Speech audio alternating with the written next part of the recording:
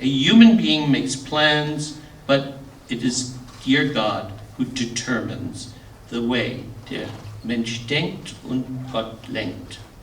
This will turn out fine. Please continue to be healthy and continue to give us pride as in the past, and your mother kisses you much and very often. My grandmother wanted her pragmatic domesticity to work. In fact, in 3 successive letters, some months later, she hatches a money-making plan to make artificial flowers for home decorations or for special ceremonial occasions, along with my dad's mother. And to this purpose, she has been taking lessons in the making of artificial flowers. My mother actually mentioned that during her life frequently, and she always smiled because my grandmother's Central European vision of America did not realize that artificial flowers were not in. In any case, in her letter from the 22nd of September, she realizes that the materials for this enterprise might be too costly, but wonders, as in her previous letter, if the flowers could be made from felt rather from the more expensive, far more expensive, dyed silk. And in her letter, this is so moving, it reminds me of Karl Russmann in Kafka's America, the first novel, because Karl Russmann has no idea what he's doing in America. And she writes on October 23rd, she concludes, I am almost done with my assortment of flowers, and I have created quite a beautiful bunch. I was wondering if we could be able to earn some money making these flowers in New York City. Clearly, she wants help, and to help too. What is haunting is the ever-increasing role played by the subtext of doubts and all too human fear of failure in carrying out their plans for emigration. Underscoring these fears and complaints is my grandparents' sense of isolation. A world war is being waged. They had to move to a Jewish ghetto. Their 2 daughters are in flight, and all of the Jews were forced to surrender their radios, the primary mode of mass media, months before, September 39.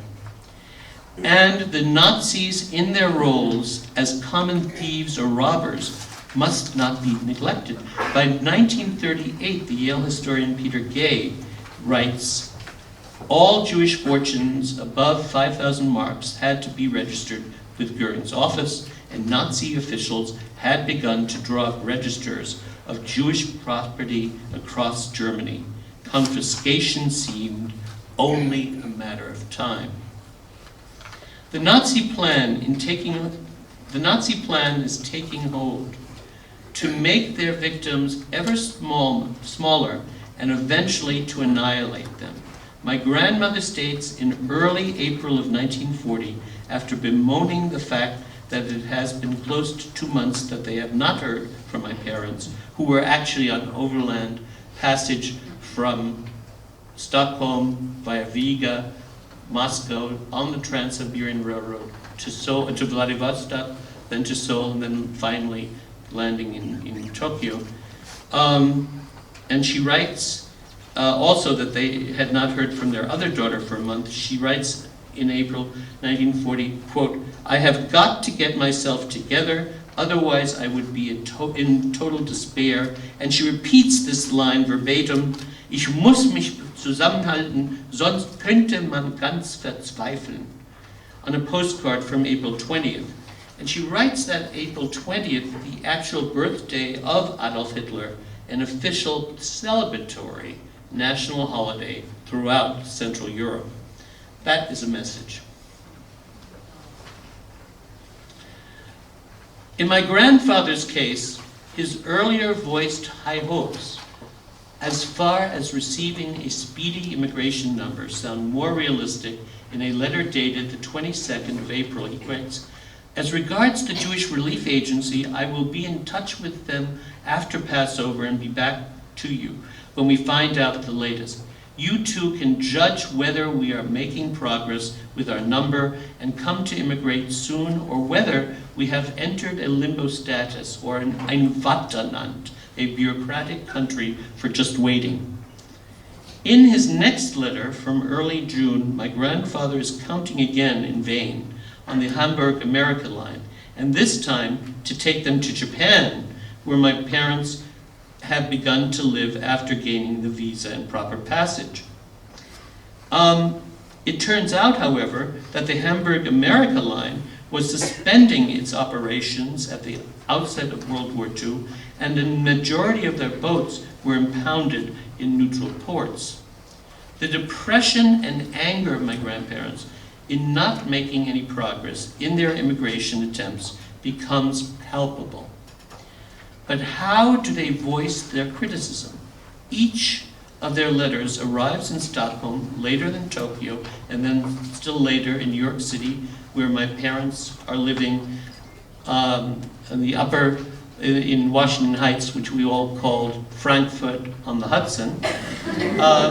And these letters come heavily glued with stern censorship, rubber stamping, censorship numbers, and the ever-present vigilant, nefarious swastika. And who has censored them?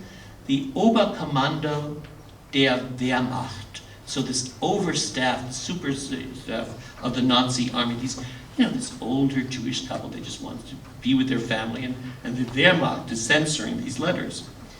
All their envelopes have their names affixed as the senders: Jonas Israel Ulfelder and Rosa Sarah Ulfelder.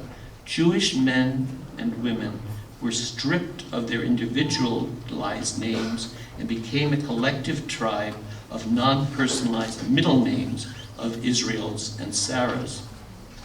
Obviously, my grandparents could not verbally attack these Nazi racist policies in their letters because of their ever-present censorship.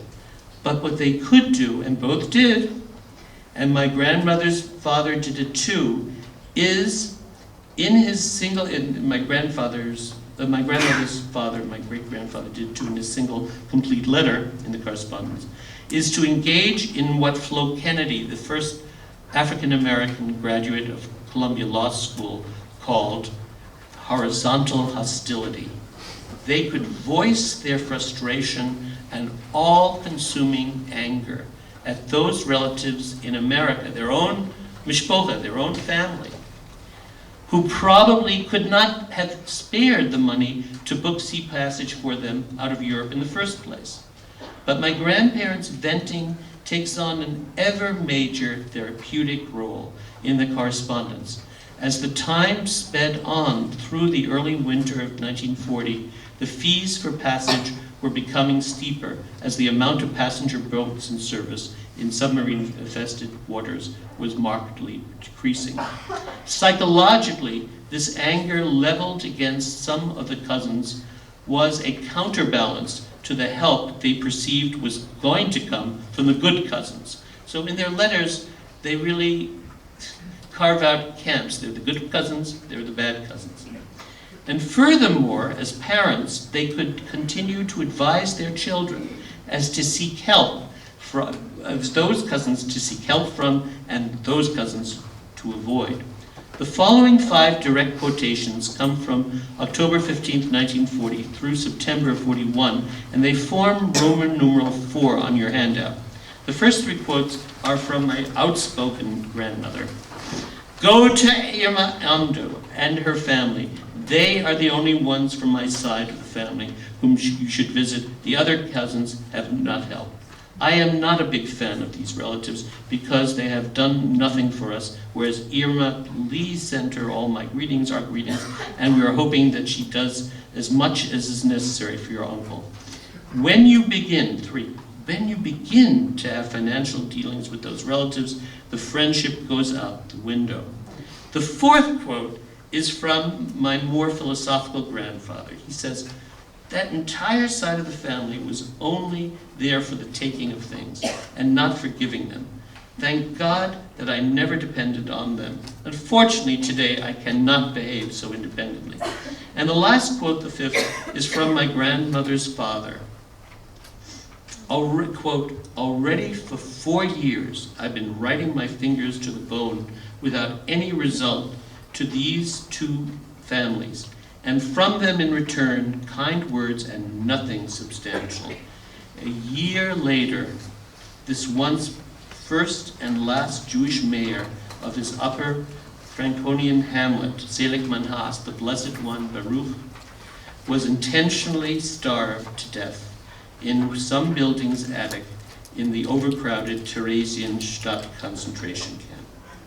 Yes, by ragging on their own family, my grandparents and my great-grandfather were forced into a self-hating stance that the Nazis encouraged. That pernicious lateral hostility, however, did allow them to voice their inner pain. The third stage that Kubler-Ross discusses is the despair and inconsolability of the terminally ill patient. Realizing that nothing will help, they fall into a depressive state of bargaining for longer stays of time. And so it went with my grandparents. Earlier passages of hope, and that rosy view of the future, such as my grandfather's letter of the 22nd of April of 1940, are no longer written. His happier, earlier letter, Roman numeral 5 on your handout, reads in part, quote, we have received your postal card from Riga, dated the 15th, and your letter dated the 13th, with a variety of affidavits and confirmation. Also, we received a small package and another from Resi Tannenberg with coffee, tea, and sausage. Again, heartfelt thanks, and our loving God will reward you and shower you with good fortune and blessings, and may usher you into prosperity and perhaps bring us, in fact, together so that we may spend our old age with you. No such naive, hopeful sentiments are in the correspondence of 1941. The facts have forced them into despair. As my grandmother writes on the 29th of January 1941, and this is Roman numeral 6, quote, as far as our immigration is concerned, everything remains same old, and we remain unlucky folks. Pechvögel. Now we cannot receive the necessary transit visa through Japan. All of the money we have invested in this undertaking is lost. As dear God wishes, we must just wait and bear this and see if our number at the U.S. consulate in Stuttgart will work next year. And she sums up her despair in one sentence in her next letter, dated February 3rd, 1941, your Roman numeral 7. Quote, you, my loved ones, are of the opinion that we will emigrate. That, unfortunately, will not be the case. When will things work out? Only the gods know that. I myself do not believe it in the least. Then follows the pleading for time and for money, for that extra stay period where their fate might be reversed. In June of 1941, my grandmother calls the situation as she sees it, and that's Roman numeral 8. You both must be unfortunately disappointed in our letters, but that is the way it goes in life. Those who have the dollars get the passage by ship, and those who do not have the cash must unfortunately remain behind. However, through your letters I gain new courage and faith. I hope that you will find new ways. The pressure on my young parents themselves was enormous. They were in a new country with a new language and next to nothing in financial reserve.